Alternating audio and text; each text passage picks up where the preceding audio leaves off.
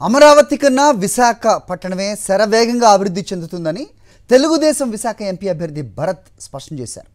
అదే అమరావతిని అభివృద్ధి చేయాలంటే కనీసం 2 దశాబ్దాలకు పైన పడుతుందని, వేల కోట్లు ఖర్చు చేయాల్సి ఉంటుందని ఆయన అన్నారు. అమరావతిని అభివృద్ధి చేసే పరిస్థితిలో ఆంధ్రప్రదేశ్ లేదని ఆయన క్రిస్టల్ క్లియర్గా క్లారిటీ ఇచ్చారు.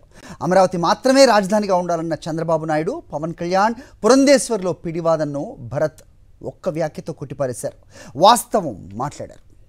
రాష్ట్ర విభజన సమయంలో ఆంధ్రప్రదేశ్ రాజధాని లేని రాష్ట్రంగా అవతరించింది.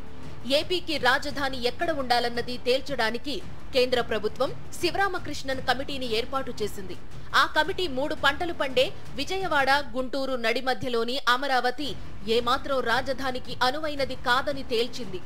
బంగారు పంటలు పండే భూమిని నాశనం చెయ్యకూడదంది.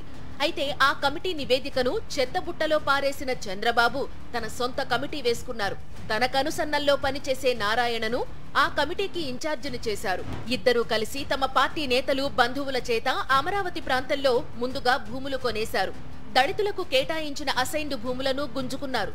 తర్వాత అక్కడే రాజధాని పెడుతున్నామని ప్రకటించి ఏకపక్షంగా పెట్టారు. అమరావతి నగరం అభివృద్ధికి ఎకరాకు కనీసం 2 కోట్లు అవుతాయని చంద్రబాబు అన్నారు. 50,000 ఎకరాలకు పైగా సేకరించారు. అంటే మౌలిక సదుపాయాల కల్పనకే 1,00,000 కోట్ల రూపాయలకు పైన ఖర్చు చేయాలి. కేంద్ర ప్రభుత్వం ఇచ్చింది కొన్ని 100 కోట్ల రూపాయలే.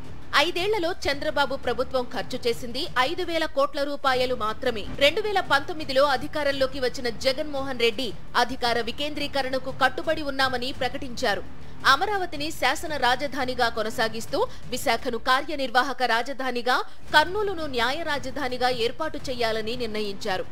అమరావతిలో తమ రియల్ ఎస్టేట్ వ్యాపారం దెబ్బతింటుందని చంద్రబాబు విశాఖను వ్యతిరేకించారు. అమరావతిని అభివృద్ధి చేస్తే ఏపీ ప్రగతి పదంలో పరుగులు పెడుతుందంటూ తలాతోకా లేని వాదన వినిపించారు. ఇప్పటికే అభివృద్ధి చెంది ఉన్న విశాఖపట్నాన్ని రాజధానిగా చేసుకుంటే మౌలిక సదుపాయాల కల్పనకు ఎక్కువ మొత్తంలో ఖర్చు చేయాల్సిన అవసరం ఉండదు. ఇదే విషయాన్ని జగన్మోహన్ రెడ్డి అసెంబ్లీ సాక్షిగా స్పష్టం చేశారు. అయితే చంద్రబాబు అండ్కో మాత్రం అమరావతి పాటే పాడుతూ వస్తున్నారు.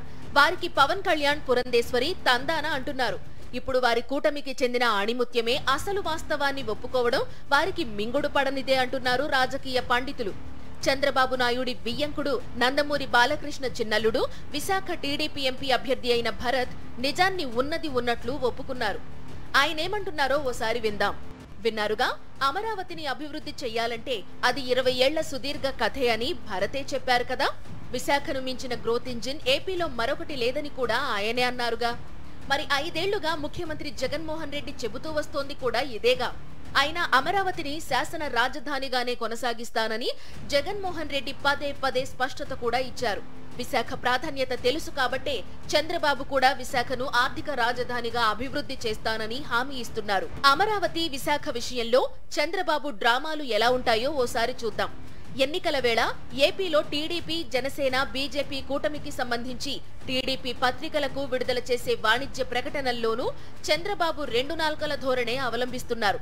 అమరావతి ప్రాంతంలో విడుదల చేసే ప్రకటనల్లో మన కలల రాజధాని అమరావతిని కాపాడుకోవడానికి మోదీ కార్యక్రమానికి పెద్ద సంఖ్యలో జనం తరలిరండి అని పిలుపునిచ్చారు. అదే విశాఖ జిల్లాలో విడుదల చేసే వాణిజ్య ప్రకటనలో ఆంధ్రప్రదేశ్ రాష్ట్ర వికాసానికి అని ప్రచురించారు.